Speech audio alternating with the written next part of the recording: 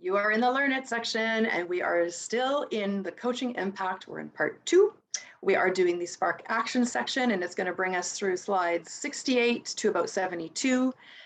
You make sure that you have your PDF handy in case you want to capture any of your thoughts while I share my screen. Here we go. So there's not a lot of differences here. There's not a lot of differences at all, actually, between the live experience and the virtual experience for the Spark Action section. You're really doing the same thing, but in a virtual experience. But just in case, I'll quickly walk through some of the key points just to make sure you're feeling as on top of it as possible. You're going to set up the stage here. You're going to remind people that Spark Action is really turning all those juicy possibilities that they created into action with some clear lines of accountability. And that's the biggest purpose of Spark Action, is to not leave all those lovely possibilities hanging with no direct plan as to where to go next. So we're going to help them with that. That's the point here. We'll say we're going to leave you hanging just for a moment. We're going to get into the Spark Action questions, but before we do, one of the steps that's really important, and this is a slight difference, because I know this step comes before just before Spark Action in our live experience. But before we do, we have to choose of all of the lovely, wonderful, and amazing create possibilities that they have before we start sparking action on it. So we need to help our participants narrow in. So similar as you've done in the live experience, you're just changing the spacing and where you're doing it. You're going to let them know that you have some questions that you'll ask them. Of course we do, so that they can start to get a little bit more narrow on which one they want to leverage for the Spark Action section. So you'll be familiar with these questions, right? Similarly to before, you're going to walk them through these questions, really help them, let them sink in and sit into each one just a little bit as they're looking at all the various options that they have available to them, right? And we're going to say, okay, of all those options that you have, which of these do you have control over? Which will have the most impact, et cetera, et cetera. Make it a little bit dramatic, create a little bit of space for that person to really think, yeah, which one do I have the most control over?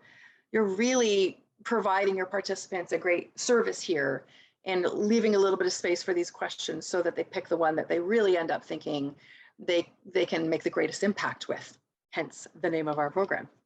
So once we have that, then we'll work them through the Spark Action, questions.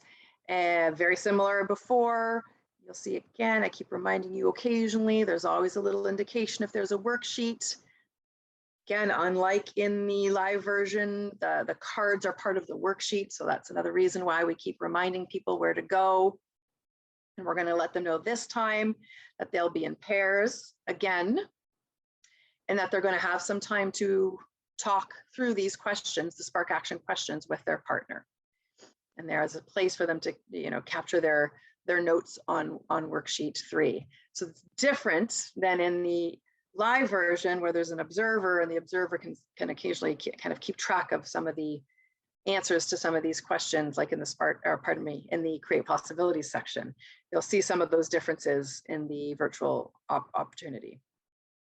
As always, any questions, here's who's going to go first. You equip them, moderator opens the breakout room, and they do their thing in there. You can advance to the next slide while they're in there, of course. And of course, you're going to ask them what they noticed. It says here, you can see this, optional if you're running a little bit late, if you're running a bit behind and you're not too sure if there's time.